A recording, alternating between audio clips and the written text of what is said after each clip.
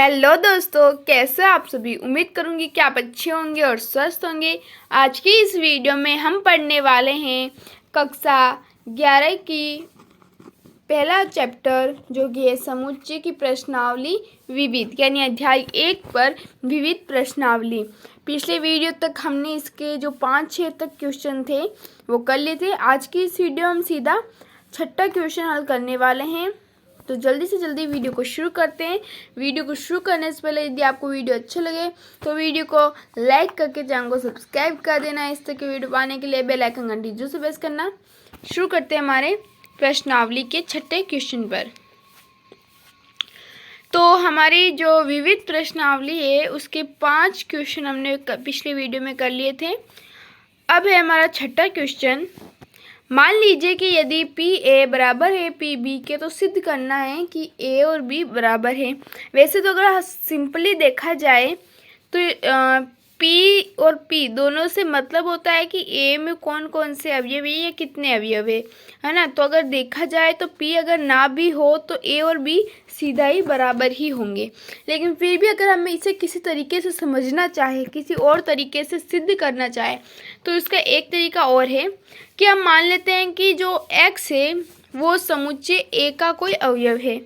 और तो मतलब उप समुच्चय हो जाएगा, मतलब कैपिटल X है, मान लेते हैं कि कोई कैपिटल X है, उससे बिलोंग्स टू हो जाएगा ये A, जिसके अनुसार जो कैपिटल X है उसके तो मतलब उप समुच्चय होगा A, और जो स्मॉल x है उससे बिलोंग्स टू होगा x। यहाँ पर कैपिटल X और जो छोटा वाला x है ये दोनों अलग अलग है। यहाँ पर x मतलब a का या तो कोई अवयव है या a से जुड़ा हुआ कोई है, ठीक है, मतलब उसके जैसा ही। और x यानी x में से ही a बना हुआ है, हम ऐसा कह रहे हैं कैपिटल X का मतलब।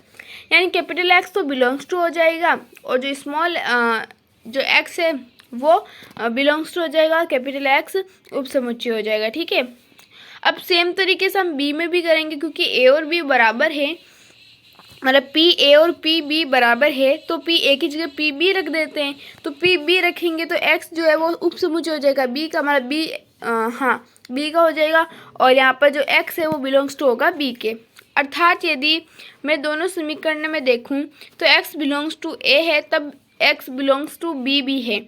अगर दोनों को एक तरह से देखा जाए तो x, अगर x को हटा दूँ तो a बिलोंग्स टू b हो जाएगा, ठीक है। यानी दोनों लगभग समान के बराबर है। अब मैं x की जगह y ले रही हूँ और देखते हैं कि क्या y में भी ऐसा ही आंसर आता है। तो सेम कंडीशन हम y में भी फॉलो करेंगे और हमें प्राप्त हो जाएगा b उप समुच्चय a का। जब x यहाँ पर a बिलोंग्स टू हो जाएगा b के और b उप समुच्चय हो जाएगा ए के, तो इसका मतलब दोनों समीकरणों से लेकर हम पाएंगे कि ए और बी ही बराबर है, तभी हमारे पास उप समुच्चय और बिलोंग्स टू के यहाँ पर समीकरण बने हैं, ठीक है। प्रश्न नंबर हमारा 7 है यहाँ पर। किन्हीं भी समुच्चय ए व बी के लिए क्या यह सत्य है कि P A union P B बराबर होता है पी ए यूनियन बी। तो दोस्तों अगर देखा जाए तो ऐसा हर बार संभव नहीं हो सकता है ना, क्योंकि देखा जाए तो सभी में ये संभव नहीं हो सकता है। जैसे हम ए का मतलब समुच्चय ए मान लेते हैं, बी का मतलब समुच्चय स्मॉल बी मान लेते हैं, और ए यूनियन बी का मतलब समुच्चय स्मॉल ए बी मान लेते हैं, ठीक है। अब पी ए है, अगर उसके मैं उप समुच्चय अलग अलग करूं तो उसका बनेगा एक तो फाई, एक समुच्चय ए, ठीक है। और इसी तरीके से पूरा मंजिला ब्रैकेट में बंद हो जाएगा। फिर बी में भी सेम तरीके से होगा।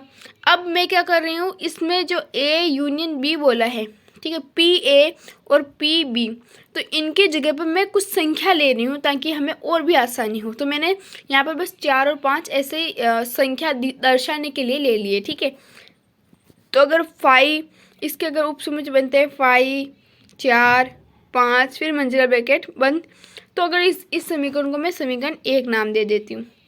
अब हमें ए यूनियन बी निकालना है, तो ए यूनियन बी हमारे पास आया था ए बी। अगर ए बी के उप समुच्चय करूँ तो उसका बनेगा 5 ए मंजिला ब्रैकेट बी और मंजिला ब्रैकेट ए बी। यानी कि अगर मैं इन दोनों समीकरणों को देखूँ जहाँ पर हमने संख्या रखी है और जहाँ पर हमने बिना संख्या के की है, तो यहाँ पर तो जो मंजिला ब्रैकेट में 4 और 5 नहीं बन रहा है, जबकि इसमें ए और बी बन रहा है। यानी देखा जाए तो ये दोनों इक्वल नहीं है। ये हमारा सिद्ध हो जाएगा। समीकरण प्रश्न संख्या 8 है, किन्हीं दो समुच्चयों ए व बी के लिए सिद्ध कीजिए कि ए बराबर होगा इसके और ए जो ये ए यूनियन बी है वो बराबर होगा इसके। तो बिल्कुल आसान है। देखो यहाँ पर ए और बी में से कॉमन क्या आएगा, फाई, यूनियन का चिन्ह, फिर ए में से अगर मैं माइनस कर दूँ बी का, तो बी में से माइनस करें तो वितरण गुणन से हम इसे हल करें तो हमारे पास में यहाँ पर हो सकता है ए, ठीक है, क्योंकि ए अगर मैं बड़ा मानूँ तो बी के सारे अवयव हट जाएंगे तो ए तो है ही, है ना। उसके बाद में अगर मैं इन दोनों को मिला दूंगा तो ए आ जाएगा।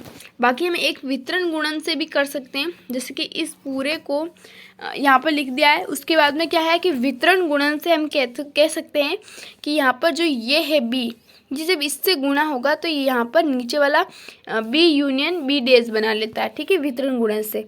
उसके बाद में इन दोनों का हल क्या होगा, मतलब बी में से बी डेज का मतलब होता है यू माइनस बी, यू में से बी चला जाएगा तो क्या बचेगा, ए मान लेते हैं, क्योंकि ए और बी ही है मिलकर यू बनाते हैं, तो मान लेते हैं कि ये आता है बी ए के इक्वल, ठीक है। यू में से ए बी गया तो ए बच गया।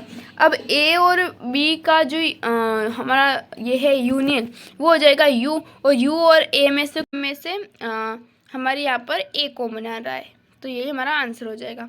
सेम टू हम इसमें भी करेंगे, सेम प्रोसेस से वितरण गुणन यहाँ पर भी करेंगे, फिर बी ए यूनियन बी करेंगे तो हमारे पास में इसका जो आंसर है वो मतलब ए यूनियन बी के बराबर आ जाएगा। हमारा प्रश्न संख्या अब 9 आ चुका है। समुच्चय के गुणधर्म का प्रयोग करके सिद्ध करना है कि ये इसके इक्वल है और ये इसके इक्वल है। तो बिल्कुल सरल है। देखो यहाँ पर तो कुछ सूत्र लगाने की भी जरूरत नहीं है।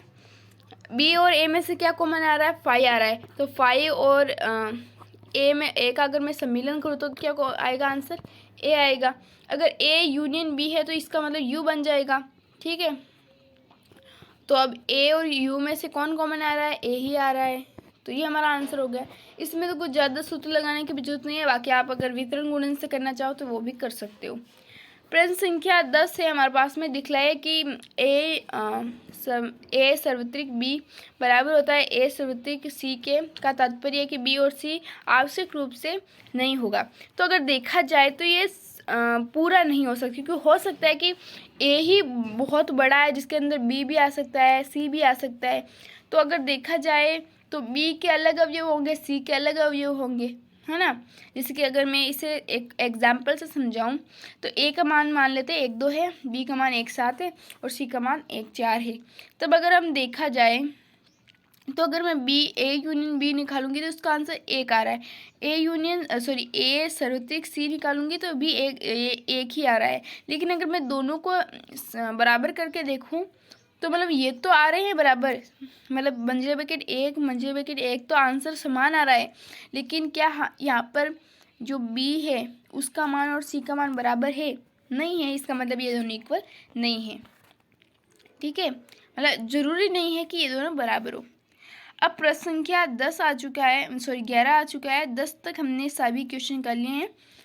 आगे के जो क्वेश्चन है वो हम अगले वीडियो में करेंगे। बिल्कुल इसी तरीके से, ज़्यादा बड़े नहीं होंगे, सिंपली जैसा अभी तक हमने सॉल्व किए हैं वैसे ही होंगे। उम्मीद करूँगी कि आपको आज के ये जो क्वेश्चन है वो समझ में आ गए होंगे। अगर आपको वीडियो अच्छा लगे तो वीडियो को लाइक करके चैनल को सब्सक्राइब कर देना। इस तरह की वीडियो पाने के लिए बेल आइकन घंटी जरूर से प्रेस कर देना। मिलता है आपसे अगले वीडियो में, तब तक के लिए धन्यवाद। Thanks for watching.